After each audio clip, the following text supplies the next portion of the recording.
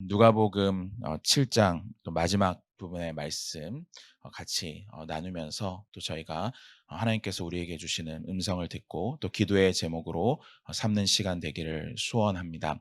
누가복음 저희가 묵상하고 있는데요.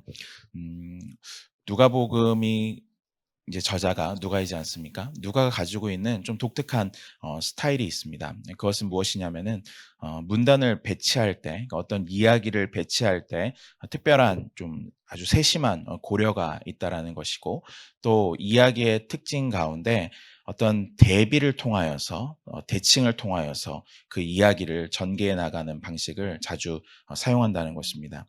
그중 대표적인 것이 누가에게만 있는 부자와 거지 나사로의 이야기 같은 것이 있죠. 또 성전에 올라갔을 때 기도했던 한 바리새인과 또 세리의 이야기, 이런 이야기들이 대표적인 이야기들이라고 할 수 있습니다. 오늘 누가가 들려주는 이 예수님의 이야기는 예수님께서 만들어내신, 예수님께서 다른 사람들에게 들려주기 위해서 만들어내신 이야기가 아니라 예수님이 실질적으로 경험하신, 그러니까 예수님을 둘러싸고 벌어진 어떤 사건을 다루고 있습니다. 그런데 그 특징에 있어서는 부자와 거지 나사로 이야기라든지 또 말씀드린 바리새인과 세리의 이야기와 같은 그런 아주 대조와 대비가 잘 나타나는 특징을 가지고 있다라고 할 수 있습니다. 그리고 서두에 말씀드린 것처럼 이 본문이 가지고 있는 위치 또한 어떤 특별한 목적을 가지고 있음을 우리가 생각하면서 이 본문을 읽을 필요가 있습니다. 제가 이 본문을 묵상하고 또 이렇게 살펴보면서 참 이 본문이 어렵다는 생각을 많이 하게 됐습니다. 어떻게 보면 단순한 이야기일 수도 있는데 이 이야기 안에 포함하고 있는 요소들이 굉장히 많습니다. 굉장히 많고 많으면서도 또 질문을 갖게 하는 요소들이 또한 많습니다. 이 안에 있는 해결되지 않는 어떤 부분들이 분명히 있고 우리에게 알려지지 않은 그런 부분들이 있죠. 그런데 역설적이게도 우리가 분명하게 알 수 없고 또 알려지지 않은 그런 부분 때문에 여러 가지 많은 해석들이 일어날 수가 있고 또 그 해석 가운데 주님께서 주시는 그런 은혜의 풍성함이 점점 늘어갈 수 있다.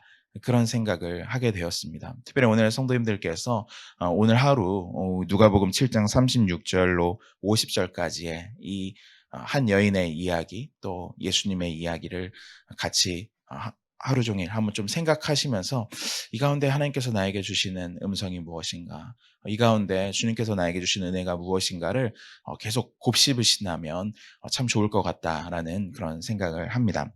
36절을 보니까 한 바리새인이 예수께 자기와 함께 잡수시기를 청하니 이에 바리새인의 집에 들어가 앉으셨다라고 이 이야기가 시작됩니다. 바리새인은 우리가 잘 아는 것처럼 복음서 가운데서 예수님과 적대적인 관계에 있었던 사람들입니다. 그리고 바로 이 이야기에 앞선 사건에 이 바리새인에 대한 그 언급이 등장하는 것을 보게 됩니다. 그것이 이제 7장 29절과 30절의 말씀인데요. 제가 읽도록 하겠습니다. 모든 백성과 세리들은 이미 요한의 세례를 받은지라 이 말씀을 듣고 하나님을 의롭다 하되 바리새인과 율법 교사들은 그의 세례를 받지 아니하므로 그들 자신을 위한 하나님의 뜻을 저버리니라. 앞에 요한의 사건이 있었죠. 세례 요한의 제자들이 예수께 나와서 오실 그이가 당신입니까? 아니면 우리가 다른 사람을 기다려야 됩니까? 그런 질문을 대신 하면서 나온 그런 사건이 기록되어 있습니다. 그리고 예수님께서 이제 그거에 대해서 답변을 주시는 내용들이 어제 본문에 담겨져 있는 내용이었습니다. 그런데 누가가 그 사건을 기록하면서 이렇게 설명해 놓은 것이 있죠. 세리와 죄인들은 세례 요한의 그 회개의 세례를 베푸는 현장에 나와서 그 세례를 받고 하나님의 의로우심을 그렇게 증거하였다라고 한다면, 반면에 바리새인과 율법 교사들은 요한의 세례를 받지 아니하므로 하나님의 뜻을 저버렸다. 이렇게 설명하고 있습니다. 그 다음에 들려주신 예수님의 말씀은 무엇이었습니까? 요한이 와서 회개 세례를 전파했을 때 그들은 요한을 미쳤다라고 얘기했습니다. 그런데 예수님께서 오셔서 복음을 증거하시자 이 사람들 또 뭐라고 얘기했냐면 34절에 인자는 와서 먹고 마시매 너희 말이 보라 먹기를 탐하고 포도주를 즐기는 사람이요 세리와 죄인의 친구로다 하니 이렇게 말하였다라고 예수님이 가르쳐 주고 계십니다. 그러니까 이 바리새인과 또 율법 교사와 같은 그런 전문적인 종교인들 또는 종교 지도자들 같은 사람이 세례 요한의 세례, 회개의 세례도 거부했을 뿐만 아니라 예수님의 복음도 거부하였다라는 것을 잘 보여주고 있습니다. 이러한 맥락 가운데 오늘 사건에서 바리새인이 등장합니다. 한 바리새인. 굉장히 의아한 거죠. 예수님에 대해서 적대적인 감정을 가지고 있는 이 바리새인 중에 한 명이 예수님을 초대하였다. 특별히 이 바리새인은 어, 이름까지 언급되고 있습니다. 40절에 보면 예수께서 대답하여 이르시되 시몬아 내가 내게 이를 말이 있다 하시니 이 바리새인의 이름이 시몬이에요. 시몬 베드로랑 이름이 같죠.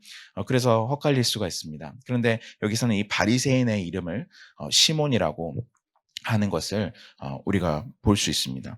그러니까 이 바리새인은 예수님이랑 어느 정도 일면식이 있었던 사람이 아닌가 생각을 해보게 됩니다. 근데 이 사람이 예수님을 초대했어요. 같이 식사하기를 원해서 식사 자리에 초대했습니다. 이것은 우리가 이 식사 자리는 우리가 흔히 생각하는 우리가 지금 한번 이 식사 자리를 떠올려 본다면은 어떤 식당에 가거나 또는 자기 집에 있는 어떤 그 독립된 공간에서 식사를 나누는 장면을 우리가 떠올리게 될 텐데 그것과는 조금 다른 장면인 것 같습니다. 왜냐하면 이 이야기에 불쑥 한 여인이 등장하거든요. 그러니까 이 공간은 분명히 좀 오픈되어져 있는 공간이었을 거고 또 나중에 이 사건의 말미에 보면은 그 식사 자리에 같이 있었던 다른 사람들의 이야기가 또 언급되는 것을 봤을 때 예수님과 이 바리새인 시몬이 독대하는 자리라기보다는 마치 좀 잔치를 벌여놓고 이렇게 식사할 수 있는 그런 공개된 자리였다라는 것을 우리가 생각해 볼 수 있습니다. 어쨌든 이 식사 자리에 예수님이 초대되셨고 거기에서 이제 식사를 하기 위해서 앉으셨습니다. 앉으실 때 우리가 잘 아는 것처럼 그래서 로마의 어떤 식사법처럼 이렇게 기대어서 앉아 있습니다.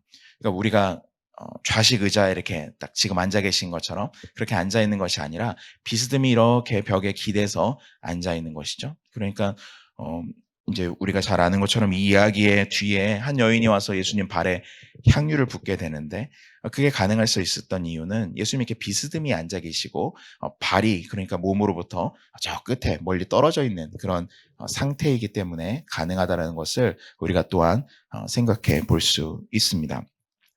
이렇게 식사를 하시려고 앉으셨어요. 근데 37절에 보니까 그 동네에 죄를 지은 한 여자가 있어 예수께서 바리새인의 집에 앉아 계심을 알고 향유 담은 옥합을 가지고 와서 한 여인이 등장합니다. 그 여인에 대한 소개가 독특하죠. 동네에 죄를 지은 한 여자입니다. 그러니까 동네에서 유명한 여자였다는 겁니다. 이 여자가 죄인이라는 사실은 다 알아요. 분명 오늘 누가는 그 죄가 무엇인지를 정확하게 설명하고 있지는 않습니다. 그런데 이 죄에 대해서 온 동네 사람들이 다 아는 그러한 죄인으로 낙인 찍혀 있는 그런 사람이라는 것을 이 설명으로부터 우리가 알 수 있습니다. 그런데 독특하죠. 이 한 바리새인 남성 그리고 심지어 이름까지 소개됩니다. 시몬이라고 불리는 한 바리새인, 종교인 또는 종교 지도자, 그리고 집을 가지고 있고 사람들을 식사 자리에 초대할 수 있을 만한 어떤 여유가 있는 그러한 한 등장인물이 처음에 소개된 반면에 두 번째로 누가가 소개하고 있는 이 사람은 그냥 한 여자예요. 그리고 게다가 잘 알려진 죄인입니다. 그리고 이름이 언급되지 않고 있는 끝까지 그 이름이 등장하지 않는 한 무명의 여인입니다. 이 두 사람의 대비가 이 앞에서 나타나는 것을 우리가 보게 됩니다. 근데 이 여인이 예수님께서 이 바리새인의 집에 와서 식사를 하신다라는 것을 알게 됐습니다. 그리고 향유 담은 옥합을 가지고 그 집에 찾아온 것이죠. 그러니까 이 여인은 적어도 예수님에 대한 소문을 들었거나 또는 이전에 예수님과 어떤 만남이 있었거나 그런 여러 가지 생각을 할 수 있는 그런 경험이 있었던 여인이었습니다. 그리고 예수님께 어떤 의도와 목적을 가지고 이 자리에 나왔다는 것을 또한 알 수 있습니다. 그러니까 우연히 지나가다 마주친 것이 아니라 예수님에 대한 소식을 듣고 예수님께 무언가를 하기 위해서 특별히 향유 담은 옥합을 챙겨서 이렇게 왔다라는 것을 알 수 있죠. 38절에 보면 예수의 뒤로 그 발 곁에 서서 울며 눈물로 그 발을 적시고 자기 머리털로 닦고 그 발에 입 맞추고 향유를 부었다. 이렇게 말씀하고 있습니다. 그 여인이 드디어 이 집에 도착을 했습니다. 그리고 예수님을 봤겠죠. 그런데 예수님 앞으로 나가질 않습니다.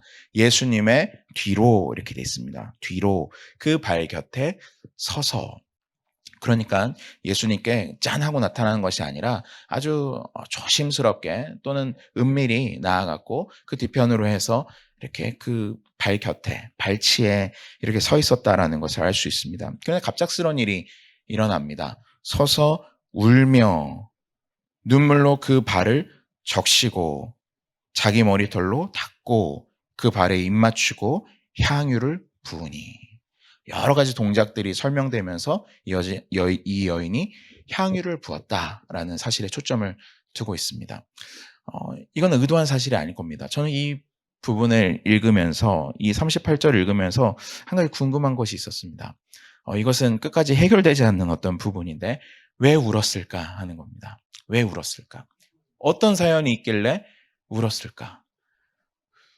예수님을 만나러 왔습니다. 그리고 향유를 가지고 뭔가를 하러 왔어요. 그 향유를 예수님께 선물로 드리기 위해서 가지고 왔을 수도 있고, 아니면 그 향유를 가지고 예수님의 머리에 붓기 위해서 가지고 왔을 수도 있습니다. 그런데 그렇게 딱 와놓고는 조심스럽게 예수님의 발치에 서고 나니까 눈물이 쏟아지기 시작한 겁니다. 그 눈물이 얼마나 많이 쏟아졌는지 정말 우리말 그대로 닭똥 같은 눈물이 막 떨어졌던 것 같아요. 그래서 예수님의 발을 적실 정도가 되었습니다. 이것은 일부러 한 게 아니죠. 갑자기 감정이 복받쳐 올라서 그냥 펑펑 울게 된 겁니다. 그런데 그 눈물이 예수님의 발 위에 떨어지게 되고 그 발을 적실 정도가 되었습니다. 우리도 정말로 간혹 그렇게 많은 눈물을 흘릴 때 우리의 막 옷이 젖을 정도로 이렇게 눈물이 뚝뚝 떨어지는 경우가 있지 않습니까? 그렇게 지금 되어 있는 것을 알 수 있습니다. 그런데 그렇게 갑자기 눈물이 떨어져서 예수님 발 위에 뚝뚝 떨어지는 것을 봤을 때 얼마나 이 여인이 당황했을까요? 조심스럽게 왔는데 자기 그 눈물 때문에 막 예수님의 발이 눈물에 젖어가지고 눈물이 그 위에 뚝뚝뚝뚝 떨어지고 있다. 당황했겠죠. 어떻게 했습니까?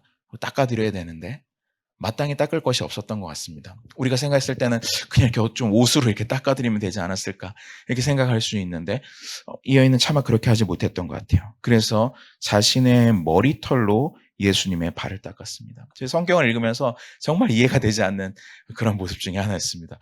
왜 굳이 머리털로 예수님의 발을 닦았는가?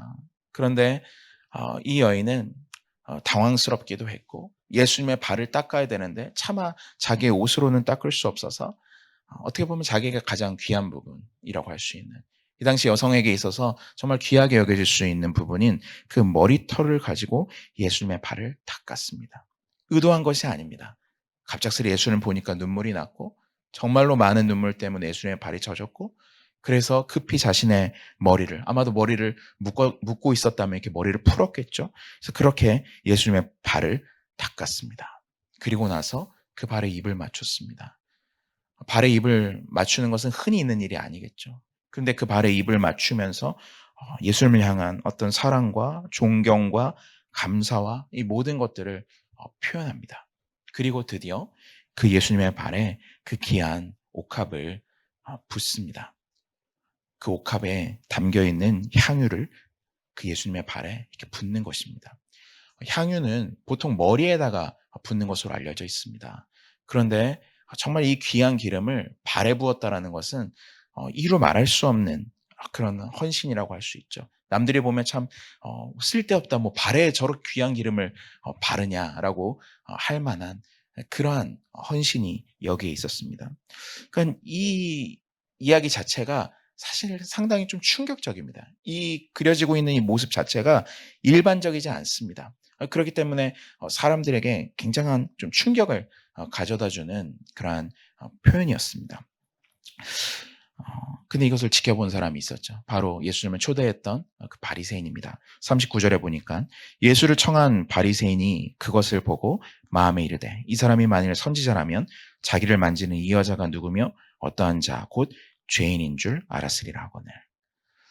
여기서 이 바리새인의 어떤 마음이, 예수님을 향한 마음이 표현되는 것 같아요. 그가 속으로 이렇게 이르렀는데, 어 이 사람이 만일 선지자였다라면 이 여인이 누군지 알았을 거고 이 여인이 얼마나 부정한지를 알았을 것이다. 이렇게 속마음을 표현하고 있습니다. 그러니까 바리새인은 어떠한 좀 예수님을 시험해 보고자 하는 의도가 있었던 것 같습니다. 이 사람이 정말 선지자인가 하는 마음을 가졌던 것 같아요. 예수님께서 나인성 과부에게 기적을 행하여서 그의 아들을 살리셨을 때 많은 사람들이 환호하면서 우리 가운데 큰 선지자가 나타났다 이렇게 외쳤던 것을 우리가 기억합니다. 그리고 그 소문이 온 사방에 퍼졌습니다. 아마도 이 바리새인 시몬도 그런 소문을 들었을 것 같습니다. 그래서 예수님을 시험해 보고 싶었던 것 같아요. 예수님 정말 선지자가 맞는가? 정말 그렇게 능력 있고 대단한 사람인가? 그런데 지금 눈앞에서 벌어지고 있는 광경을 보니까 그러면 그렇지. 아무것도 아닌 사람이었네. 그런 마음을 지금 누가가 기록하고 있습니다. 근데 예수님께서 이것을 아셨죠. 40절에 보니까 예수께서 대답하여 이르시되 시몬아 내가 내게 이를 말이 있다 하시니 그가 이르되 선생님 말씀하소서. 시몬의 마음을 알아차리시고 시몬에게 예수님께서 말씀하십니다. 무엇을 말씀하십니까? 한 이야기를 들려주시죠. 굉장히 짧은 이야기입니다. 이르시되 빚 주는 사람에게 빚진 자가 둘이 있어. 빚 주는 사람이라는 것은 그야말로 대출해 주는 사람입니다. 그러니까 어느 정도의 이윤을 받고 대출을 해주는 사람에게 두 사람의 빚진 자가 있었다라고 얘기합니다. 한 명은 500데나리온, 다른 하나는 50데나리온을 줬습니다. 1데나리온은 노동자의 하루 품삯 정도 됩니다. 근데 이 두 사람이 있었는데 두 사람이 빌린 돈의 가치가 10배 차이 난다는 것에 초점이 있죠. 한 명은 50이고 한 명은 500이었습니다. 그런데 공교롭게도 42절 보니까 갚을 것이 없으므로 둘 다 이것을 갚을 수가 없었어요. 갚을 수 없는 처지에 있었습니다. 그러면은 이 사람들 뭐 옥에 가두거나 아니면은 채권 추심을 하거나 뭐 이렇게 했어야 되는데 그렇게 하진 않았습니다. 갚을 것이 없으므로 둘 다 탕감하여 주었으니 둘 중에 누가 그를 더 사랑하겠느냐. 이 두 사람에 대해서 이 빚주는 사람이, 이 대출업자가 그냥 탕감해줘 버렸습니다. 이 탕감해줬다는 말은 호의를 가지고 많은 것을 줬다라는 말입니다. 그러니까 모든 것을 그냥 면제해줘 버렸어요. 많은 빚인데, 상당히 많은 빚인데 그것을 그냥 면제해줬습니다. 갚을 능력이 없었기 때문이죠. 그 예수님의 질문이 이것입니다. 두 사람이 탕감 다 받았는데 둘 중에 누가 더 그러니까 이 대출해준 사람을 사랑하겠는가? 단순한 질문이죠. 시몬도 그렇게 생각했던 것 같습니다. 그런데 그의 대답에는 약간의 머뭇거림이 있습니다. 시몬이 대답하여 이르되 내 생각에는, 약간의 사족을 붙인 겁니다. 내 생각에는 많이 탕감함을 받은 자니이다. 당연한 이야기죠. 많이 탕감을 받았기 때문에 당연히 많이 탕감받은 사람이 더 많이 사랑할 것이다. 그리고 예수님도 이 생각을 인정해 주십니다. 이르시되 내 판단이 옳다 하시고, 그래 맞아, 네가 한 말이 맞아. 많이 탕감받은 사람이 당연히 그를 더 많이 사랑할 것이다. 근데 이 이야기, 그리고 이 이야기에 대한 시몬의 반응을 통해서 예수님 상황을 역전시켜 나가십니다. 44절이죠. 그 여자를 돌아보시며, 지금까지 여자에 대해서 예수님이 시선을 주지 않으셨던 것 같아요. 근데 이 여자가 예수님 발치 뒤에 있지 않았습니까? 그렇게 여자를 돌이켜서 쳐다보셨습니다. 그리고 여자를 그렇게 바라보시면서 시몬에게 말씀하시는 거예요. 여자에게 말씀하는 게 아니라 시몬에게 먼저 말씀을 하십니다. 시몬에게 이르시되 이 여자를 보느냐? 내가 네 집에 들어올 때 너는 내게 발 씻을 물도 주지 아니하였으되 이 여자는 눈물로 내 발을 적시고 그 머리털로 닦았으며 너는 내게 입맞추지 아니하였으되 그는 내가 들어올 때로부터 내 발에 입맞추기를 그치지 아니하였으며 너는 내 머리에 감람유도 붓지 아니하였으되 그는 향유를 내 발에 부었느니라. 세 가지 일에 대해서 예수님이 대비하면서 말씀하는 것을 보게 됩니다. 먼저는 발 씻을 물을 안 줬다는 것입니다. 이 세 가지 이야기가 예수님을 무시한 처사냐, 아니면 예수님이 그냥 말씀하시는 거냐, 그러니까 비교해서 말씀하시기 위해서 언급하시는 거냐, 그거에 대해서 의견이 정말 갈려 있습니다.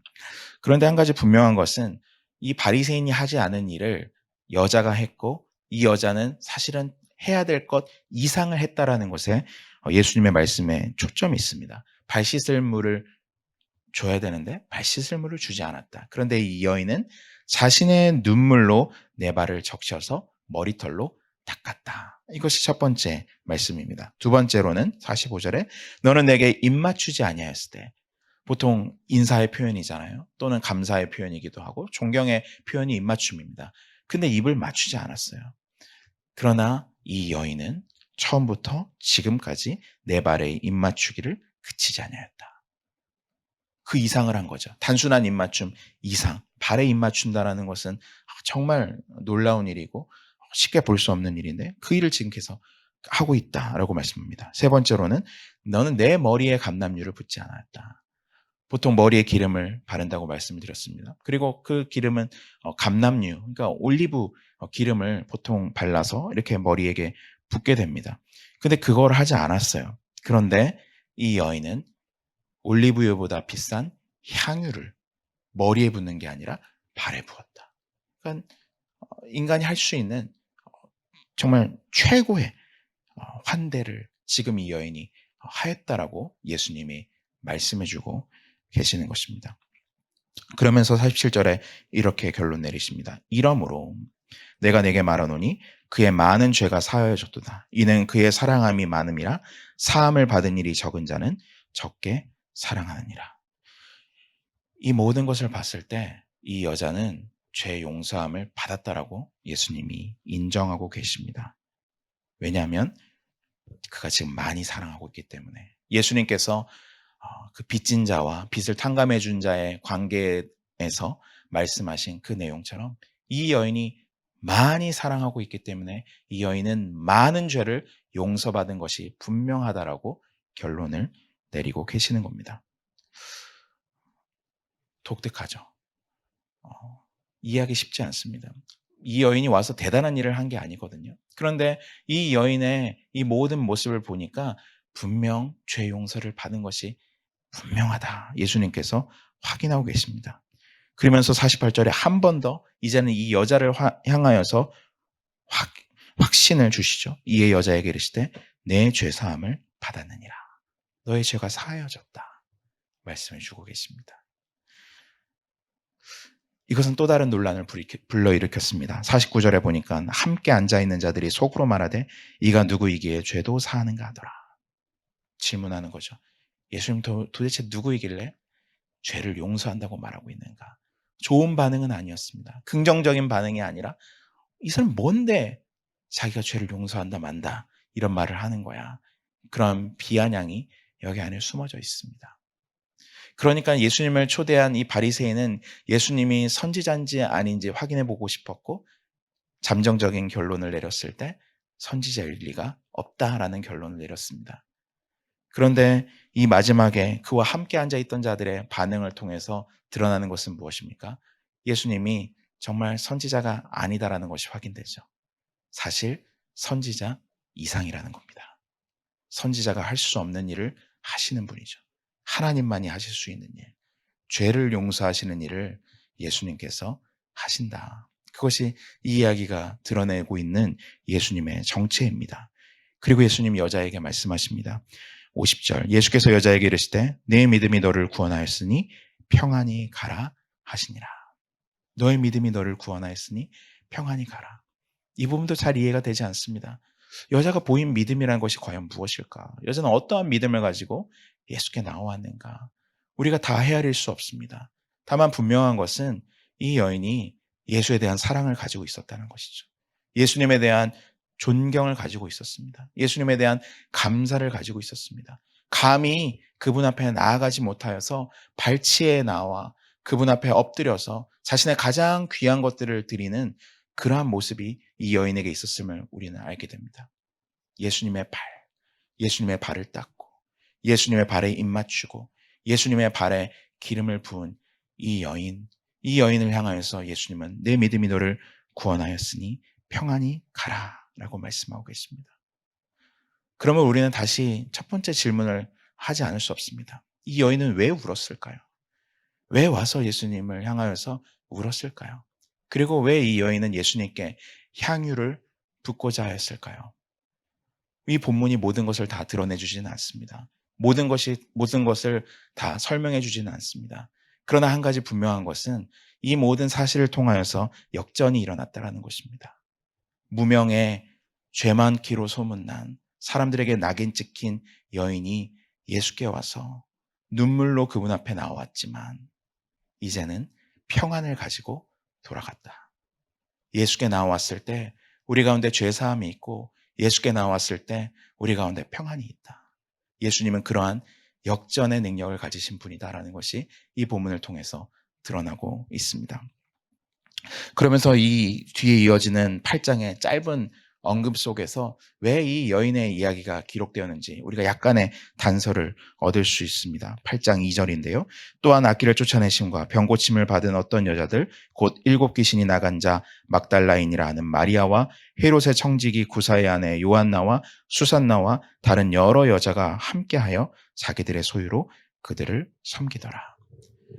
제자에 대해서 예수님과 함께한 제자들에 대해서 언급하면서 아주 독특하게 여자의 제자들의 이름을 언급합니다. 그리고 이름이 없는 무명의 여인들 또한 함께 언급합니다.